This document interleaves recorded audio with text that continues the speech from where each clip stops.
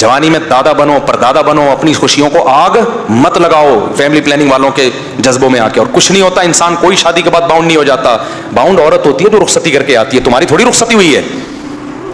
لوگ کہتے ہیں مرد باؤنڈ جاتا, کچھ بھی نہیں ہوتا میرے بھائی, تو آدمی ہے, تیری رخصتی نہیں ہوئی ہے. رخصتی کس کی ہوئی ہے؟ اس کی ہوئی ہے, وہ باؤنڈ ہوئی ہے, اور اس کے بدلے میں اس کو فائدے مل رہے ہیں. تو پہلے ویسے ہی تھا, اب بھی کیا ہے, ویسے ہی ہے.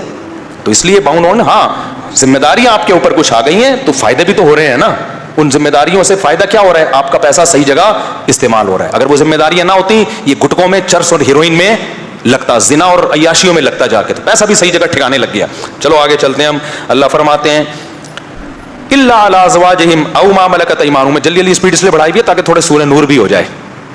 فرمایا الا علی ازواجہم, سوائے اپنی بیویوں کے, اپنی شرمگاہوں کی حفاظت کرتے ہیں, خواہش پوری نہیں کرتے سوائے بیویوں کے. فإنہم غیر ملومین, فرمایا یہ لوگ قابل ملامت نہیں ہیں جو بیویوں کے پاس جاتے ہیں. اسی آیت کی روشنی میں علماء نے لکھا ہے, فتاوی قاضی خان فقہ حنفی کی بڑی زبردست کتاب ہے, کئی سو سال پہلے لکھی گئی. اس میں لکھا ہے کہ ایک آدمی دے دنا دن شادیاں کر رہا ہو, دے دنا دن انہوں نے نہیں لکھا, میں بتا رہا ہوں, زیادہ شادیاں کر رہا ہو اور اس کی نیت صرف یہ ہو کہ میں عیش کے لیے کر رہا ہوں. کس کے لیے کر رہا ہوں؟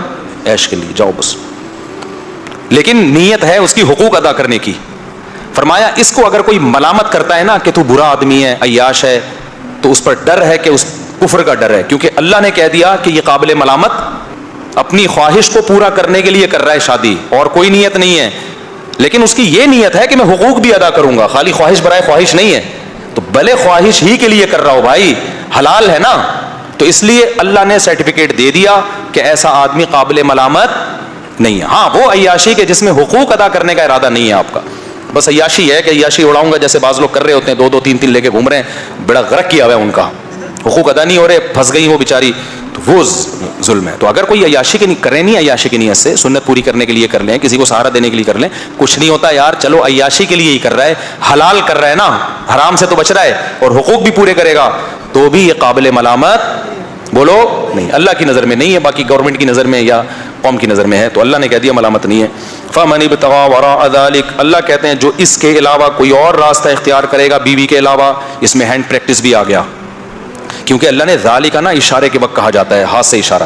اللہ نے بیویوں کی طرف اشارہ کر کے کہہ دیا کہ یہ تمہاری بیویاں ہیں, اس کے علاوہ کوئی اور راستہ اختیار کیا, فحش فلموں کا راستہ, ہینڈ پریکٹس کا راستہ, زنا کا راستہ, لڑکوں سے بدفعلی کا راستہ, اللہ کہتے ہیں فَأُولَٰئِكَ هُمُ الْعَادُونَ, یہ لوگ اللہ کی باؤنڈری کو کراس کرنے والے ہیں. اللہ نے ایک باؤنڈری لگائی ہوئی ہے انسان کے گرد, آپ گدے گھوڑے بن کے اس باؤنڈری کو کراس نہیں کر سکتے. گرل فرینڈ بوائے فرینڈ کا کلچر سوسائٹی میں بہت پھیل رہا ہے, خوب سمجھ لو. گدے گھوڑے میاں بیوی نہیں ہوتے, ان کے بھی فزیکل ریلیشن ہوتے ہیں. گرل فرینڈ بوائے فرینڈ کا بھی فزیکل ریلیشن ہوتا ہے, وہ میاں بیوی نہیں ہوتے. میں بار بار کہتا ہوں, جو ولاگ میں اپنی گرل فرینڈ کو لا رہا ہے, نیچے کمنٹس میں کیا کرو تو وہ کام کر رہا ہے جو گدھے اور گھوڑے کرتے ہیں. گدھے کا گدھی سے فزیکل ریلیشن ہوتا ہے, شادی نہیں ہوتی. گھوڑے کا گھوڑی سے فزیکل ریلیشن ہوتا ہے, شادی نہیں ہوتی. کچھ ٹائم وہ بھی اکٹھے گھوم بھی لیتے ہیں.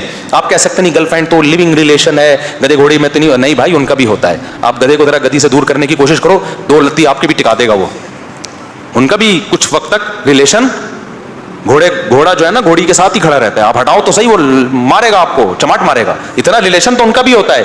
انسان میں اور گدھے گھوڑے میں فرق یہ کہ انسان میں میاں بیوی ہوتے ہیں, گدھے گھوڑوں میں میاں بیوی نہیں ہوتے. تو کوئی بلاگر اپنی گرل فرینڈ کو گھما رہا ہے نا, تو بولا کرو کام انسان شکل سے انسان لگ رہا ہے, لیکن کام کون سے کر رہا ہے؟ کتوں والا, گدھے اور گھوڑوں والا. اس کو برا بلا کہا کرو, اپریشیٹ نہ کیا کرو, اور بولو ہمارے کلچر کو تباہ و برباد مت کرو. تم سمجھتے ہو کہ نہیں سمجھتے؟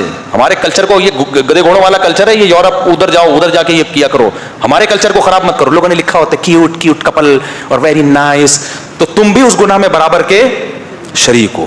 سمجھتے ہو؟ صرف سوٹ ٹائی سے نہیں پتہ چلتا انسان کا, حرکتوں سے پتہ چلتا ہے. کہ گدھے کو آپ سوٹ ٹائی پہنا دو تو یہ تھوڑی کہ وہ پڑھا لکھا آدمی بن جائے گا.